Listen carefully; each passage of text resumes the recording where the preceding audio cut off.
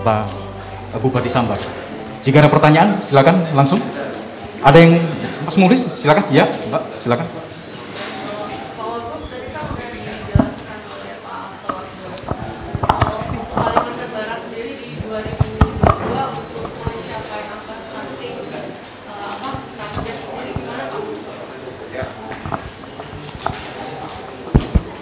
Terima kasih.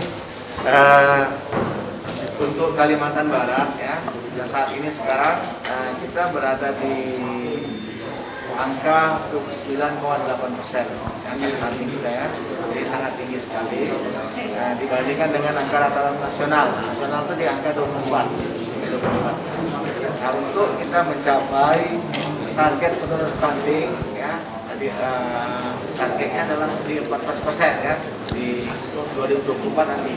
Jadi masih ada waktu sekitar 2 tahunan. Nah, tadi sudah dijelaskan bahwa dalam waktu 2 tahun kita akan berupaya semaksimal mungkin ya aktifkan seluruh 14 kabupaten kota ini dan juga keroyokan ya dengan instansi instansi dengan instansi lain seperti melibatkan TNI Polri. Nah, kemudian juga menggerakkan seluruh stakeholder yang ada seperti BKK, kemudian juga Posyandu dan sebagainya. Nah, saya yakin dengan kita kerja keroyokan bersama-sama ini target kita 14% itu mungkin akan tercapai. Ya, demikian.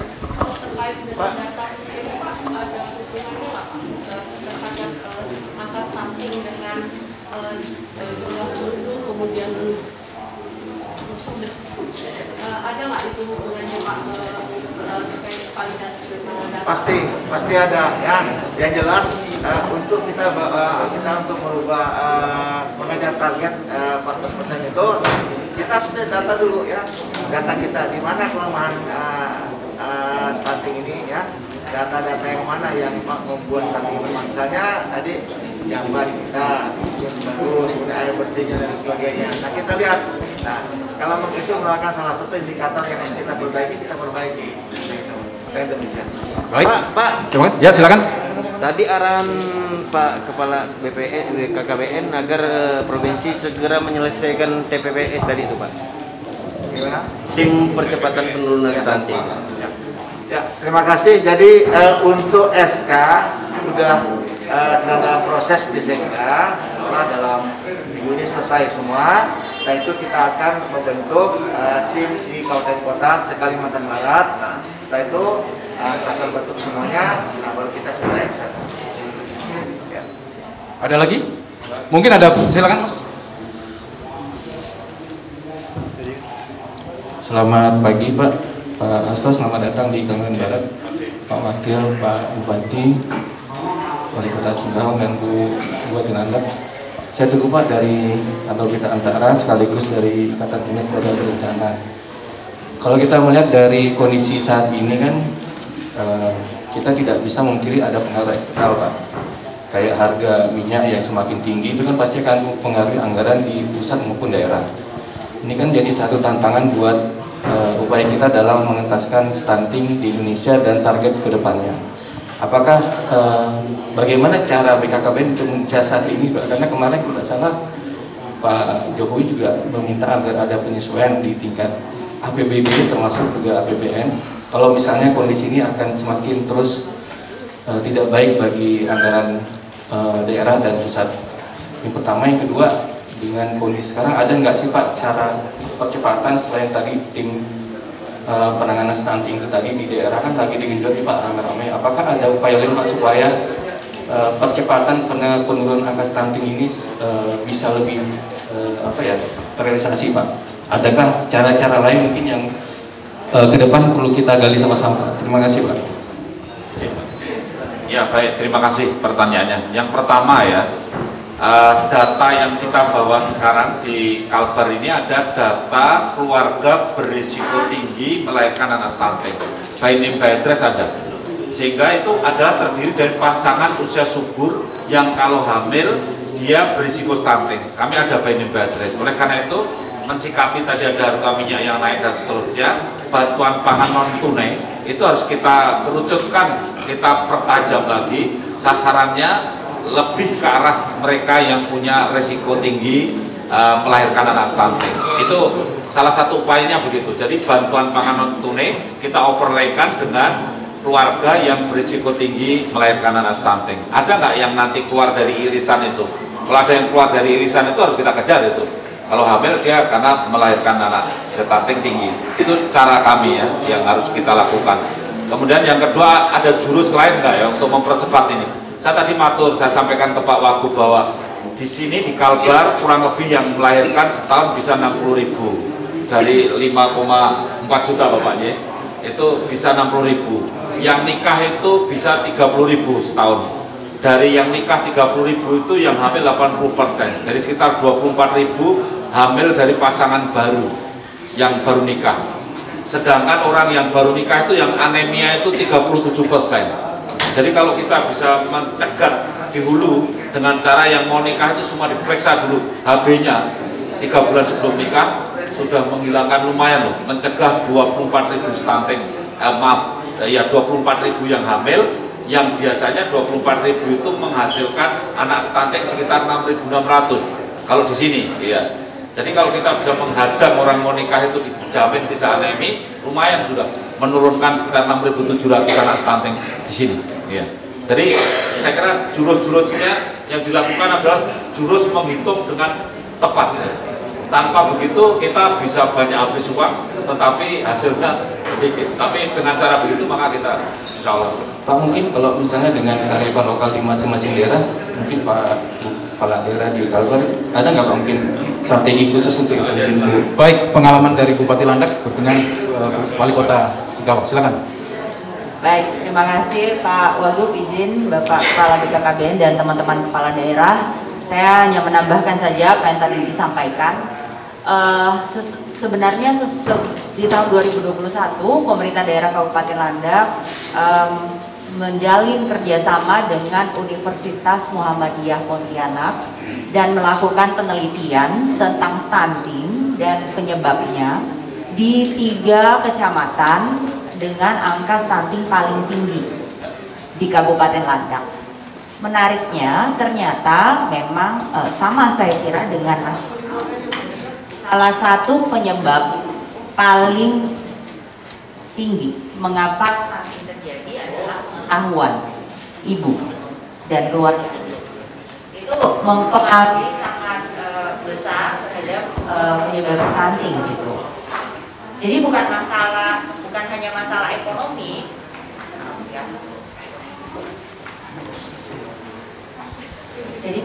masalah ekonomi, namun pengetahuan ibu menjadi sangat penting dalam pemberantasan stunting. Itu dibuktikan dengan penelitian di Kabupaten Landak dan kami punya data detailnya. Kemudian apa itu pengetahuan ibu? Pertama, inisiasi menyusui dini belum bagus. Ibunya menyusui tapi belum eksklusif. Kemudian bayi diberi MPASI terlalu cepat. Jadi ada sekitar 60% bayi di 3 kecamatan yang kami lakukan penelitian itu sudah mendapatkan MPASI pada usia 1 bulan. Jadi ya itu memang PR bagi kita semua. Ya kami di Pemda Landak berusaha mencari akar persoalannya apa gitu. Menariknya, ketika kami mencari komponen yang mungkin bisa punya pengaruh besar terhadap upaya untuk mempercepat penurunan stunting, kalau di tempat kami di Kabupaten Landak, tokoh yang penting untuk mencegah stunting ini sebenarnya atau punya peran besar bisa mempengaruhi keputusan ibu dan tindakan ibu adalah nenek. Jadi kalau di Kabupaten Landak nanti di tahun 2022 ini kami akan menggandeng para neneknya, karena ternyata ketika dilakukan penelitian Bapak izin Wagub bahwa nenek itu punya peranan penting gitu dalam pengasuhan cucu gitu, mungkin dalam budaya atau kultur lokal gitu. Jadi dalam parenting itu sangat dipengaruhi oleh nenek gitu. Jadi bukan nenek sama neneknya, tapi neneknya mungkin yang mendorong untuk memberikan MPASI berdasarkan pengalaman zaman dulu dan sebagainya. Nah, jadi ini hal yang kami temukan dan mungkin dengan situasi kondisi masyarakat adat istiadat secara lokal, intervensi yang akan dilakukan nanti akan menyasar kepada orang tua dari ibu atau orang tua dari ayah. Demikian, terima kasih. Ibu Wali Kota Singkawang, silakan menjelaskan kiatnya menurunkan stunting di Singkawang. Terima kasih.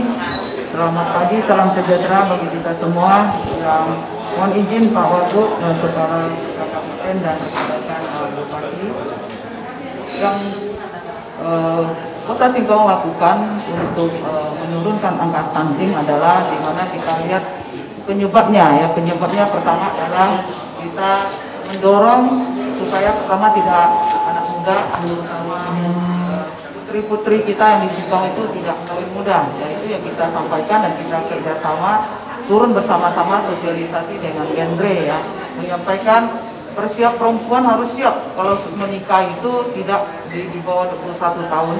Kemudian mereka sudah harus menyiapkan diri untuk menjadi seorang istri dan seorang ibu yang harus kita sampaikan.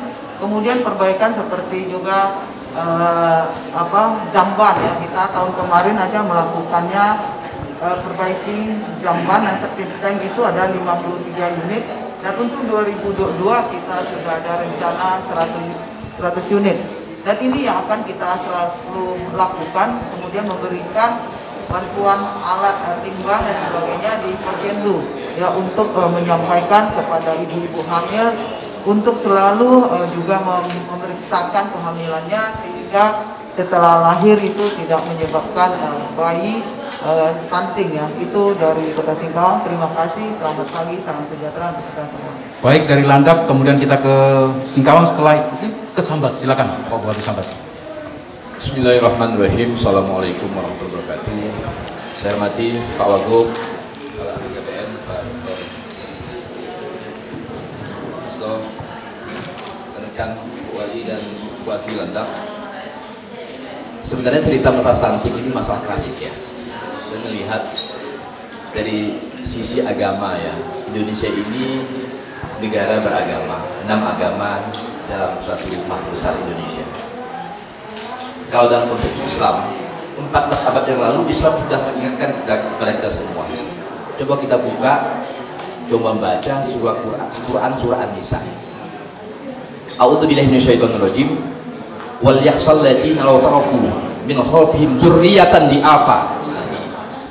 Khaufu alaihim, kata Allah. 14 abad yang lalu Allah Subhanahu wa Ta'ala, Tuhan yang Maha Kuasa, telah mengingatkan kepada kita semua, generasi orang Indonesia, hendaklah kalian takut kepada generasi kita, zuriat kita yang lemah, zuriatan di apa ini. Nah, salah satu mungkin barangkali yang disebut lemah oleh Allah Subhanahu wa Ta'ala ini generasi stunting. Ini sudah diingatkan 14 abad yang lalu. Bagaimana konteks di Sambas? Sambas tadi sampaikan daerah perbatasan. Populasi kedua terbesar di Kalbar setelah Kota Pontianak. Tersebar penduduknya di 19 kecamatan dan 193 desa. Kalau kampungnya lebih 200. Tentu banyak pendekatan. 3 poin yang disampaikan pada momen BG ini Pak Wagub, Pak Asto. Pertama, maksimalkan sosialisasi. Jangan sampai informasi tentang perang penurunan angka stunting ini hanya berkutat di kota-kota besar. Karena 80% populasi penduduk Kalbar ada di kampung-kampung terkecil. Maksimalkan, sosialisasikan sampai ke yang paling bawah. Karena masih banyak masyarakat kita di Kalbar ini yang belum bisa membaca medsos. Kesibukan mereka ke ladang, ke sawah, ke kebun dan sebagainya semata-mata mencari mata pencaharian hidup sehari-hari. Apalagi masa pandemi sudah 2 tahun, kondisi ekonomi kita cukup, ya, cukup menjadi beban bagi mereka yang ada di Kalbar, terutama di Sambas. Belum lagi Sambas ini penyumbang terbesar PMI, pekerja migran yang ada di Kalbar, dekat dengan Malaysia, Bitu, Biri, Sibu dan sebagainya. 2, tingkatkan apa? Sinergi di semua komponen. Ya, kita harus bersatu padu, solidkan barisan, satukan tekad, duduk satu meja. Tokoh agama, semua agama, saya bilang tadi sampaikan dalam ruangan, ya kan? Kita bisa menyampaikan pesan-pesan tentang stunting ini, Pak Kepala BKBN, Pak Wagub. Pesan-pesan ini melalui pesan agama. bisa melalui gereja tiap minggu, bisa melalui vihara, bisa melalui masjid. Kita intervensi, poin ketiga intervensi secara masif, ya, sesuai dengan tupoksi kita masing-masing. Kalau kita sebagai kepala daerah harus jadi panglima perang pada stunting, bagaimana generasi ke depan, zuriat kita ke depan menjadi zuriat yang kuat, yang tangguh, ya. Jadi generasi yang sampaikan ke Pak Hasto tadi, generasi emas. Itu mungkin barangkali 3 poin.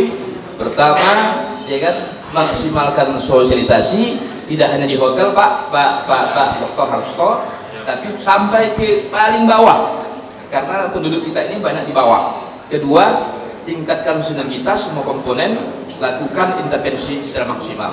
Itu mungkin barangkali 3 hal dari Bupati Sambas. Terima kasih. Wassalamualaikum warahmatullahi wabarakatuh. Baik, rekan-rekan wartawan, apa sudah cukup? Silakan. Ada lagi? Ya, baik.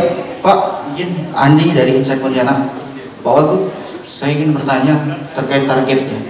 Angka stunting di Kalbar itu tercatat sekitar 29,8%, masih cukup tinggi. Menarik dari terobosan 3 kepala daerah tadi. Kemudian kalau kita kerucutkan di Kalbar untuk tahun 2022 ini berapa Pak target penurunan? Kemudian strategi jangka pendek dan jangka panjang apa yang akan dilakukan sehingga realisasi penurunan stunting ini bisa terwujud? Terima kasih Pak. Silakan Pak Wagub. Ya, terima kasih. Jadi saya ulangi lagi bahwa angka stunting di Kalbar ini kan di 29,8%. Nah, target nasional itu untuk di 2004 itu 14% ya. Nah, kita punya waktu 2 tahun untuk mencapai di angka 14% itu ya. Nah, kalau seandainya seluruh kepala daerah, ya, kemudian juga stakeholder, ya, DPKK, kemudian TNI Polri, kita libatkan semuanya, ya. Dalam waktu 2 tahun tadi saya yakin, ya, bisa mencapai di angka 14 itu. Walaupun seandainya tidak bisa tercapai, mungkin penurunan kita ya di antara sekitar 2-4% itu sudah lumayan, ya. Nah ini. Kenapa? Karena kita tidak fokus hanya stunting ini. Sekarang yang kita hadapkan pandemi COVID-19 kan masih ada, ya. Nah, COVID-19 masih ada. Dan kadang-kadang antara kita tujuan penurunan stunting dengan COVID-19 ini biasa berlawanan. Nah, kalau penurunan stunting ini kan biasa adanya perkumpulan pertemuan, misalnya pertemuan penimbangan balita, itu ramai posyandu itu kan. Nah, sedangkan di COVID ini tidak boleh ada kerumunan. Nah ini, tinggal nanti bagaimana kita mengemasnya, kita tetap mengikuti protokol kesehatan, namun penurunan stunting itu harus berjalan. Itu, ya. Jadi tercapai 2-4% dalam waktu yang singkat ini sudah cukup luar biasa saya rasa ya. Namun target kita di 14% nanti di 2024 itu dan mudah-mudahan bisa tercapai. Tinggal bagaimana kita keroyokan bersama-sama ya untuk secepat mungkin menurunkan angka stunting ini. Saya rasa demikian. Baik, terima kasih rekan-rekan media atas kedatangannya dalam konferensi pers ini. Silakan Bapak Ibu.